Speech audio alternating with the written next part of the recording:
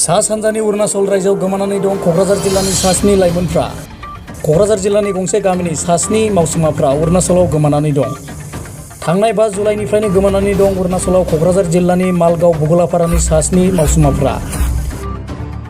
बङाइगाव जिल्लानि अबयापुरिनि रिजाउल करिम मुंनि थिखादारा दुलाराय आसामनि सा 19 मावसुमाफोरखौ खामानि मावनो अरुणाचल इटानगराव लांदोंमोन।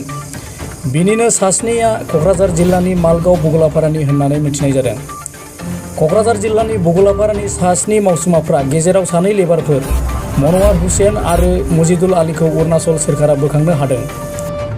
नाथाय दासिमबो साबा खामानि मावनो थांनाय मावसुमाफ्रा गोमानानै दङ होननानै बुगलापारानि थागिबि रायजो राजाफ्रा मिथिहोदों। अरुणाचलाव गोमानानै थानाय साबा मावसुमाफोरखौ सुलाद लाहैनो थाखाय बुगलापारानि थागिबि रायजो राजाफ्रा क'क्राझार पुलिस थानायाव एफआइआर थिसननायजों लोगोसे आसाम सोरखारखौ मदद खालामनो खावलायहरदों। मे माहर 30 तारिखत मालगाव क'क्राझार जिल्लार अंतर्गत मालगाव बगलापारार 7 श्रमिक तथा आमार सदर खुंगुरी आमार देखि जातीय परिषदर आमार एक्टिव माने आंचलिक सदस्य अरुणाचलत अभयापुरी रिजाउल करिमे दलंगर काम करार कारणे লৈ গৈছিল, কিন্তু যোৱাৰে পৰা তেওঁলোকৰ মোবাইল সুইচ অফ আৰু পৰিয়ালৰ লগত সংযোগ বিচ্ছিন্ন হয়। ৰিজাউল কৰিমৰ লগত আলোচনা কৰাৰ পিছত তেখেতে ঠিক আছে বুলি কৈছিল।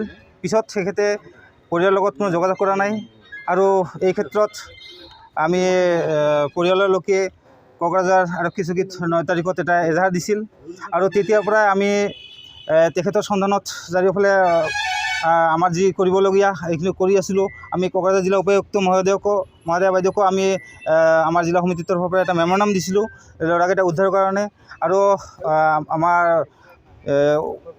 এডিসি মহোদয় তেখেতে আমাক এই ক্ষেত্ৰত মানে পদক্ষেপ ল'ব বুলি কৈছিল আৰু আমি কোকৰাঝাৰ আৰক্ষী চকীৰ ভাৰপ্ৰাপ্ত আৰক্ষী বিষয়া তেখেতেও লগত আলোচনা হৈছে। তেখেতে কৈছে এইফালে তেখেত মানে অৰুণাচলত তেখেতৰ লগত যোগাযোগ কৰি আছে প্ৰশাসনৰ লগত। তো আমি যোৱাৰ ৰাতি খবৰ পালোঁ যে দুজন আমাৰ মালগাঁও বগলাপাৰাৰ মানে শ্ৰমিকে উদ্ধাৰ হৈছে বুলি। গতিকে আজি আমি আহিছোঁ মানে কোকৰাঝাৰ আৰক্ষী চকীৰ পৰা এটা লিখিত লৈ এই মানে এই য'ত ৰিকভাৰী হৈছে তাত যোৱাৰ কাৰণে আমি ইয়াতে আজি আহিছোঁ। আৰু হয়, আমাৰ এই 7জন শ্ৰমিকে আজি 2 মাহ আগত অৰুণাচল ইটানগৰত কাম কৰিবলৈ গৈছিল, ৰিজাল্ট কৰিব লৈ গৈছিল। আজি 2 মাহ পাৰ হৈ গ'ল, এতিয়ালৈকে আমি কোনো সন্ধান পোৱা নাই। বহুত মিডিয়া মাধ্যমত আমি প্ৰচাৰো কৰিছোঁ। আজি হঠাৎ শুনা পালোঁ যে অৰুণাচল দামিনত আমাৰ 7জন শ্ৰমিক এতিয়ালৈকে উদ্ধাৰ হৈছে। অৰুণাচলৰ প্ৰশাসনে উদ্ধাৰ কৰিছে। তাৰ ভিতৰত আমাৰ 2জন আছে, চিনাক্ত পাইছোঁ। এজন হ'ল মনোৱাৰ হুছেইন আৰু মজিদ আলী, 2জনক আমি পাইছোঁ।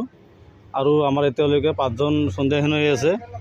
আমি অৰুণাচল প্ৰশাসনক আমি অনুৰোধ জনাইছোঁ আমাৰ এই 5জনক আৰু অতি সোনকালে আমাক উভতাই আনি দিব লাগে।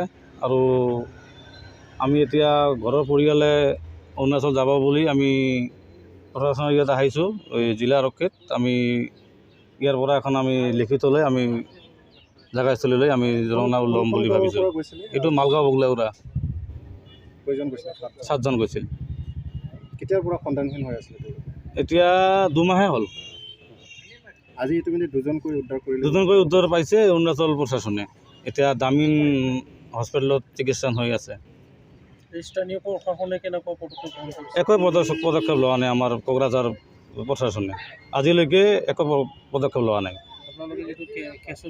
কেছো দিছিলোঁ, আমি ডিচিকো আমি স্মাৰক পত্ৰ দিছোঁ।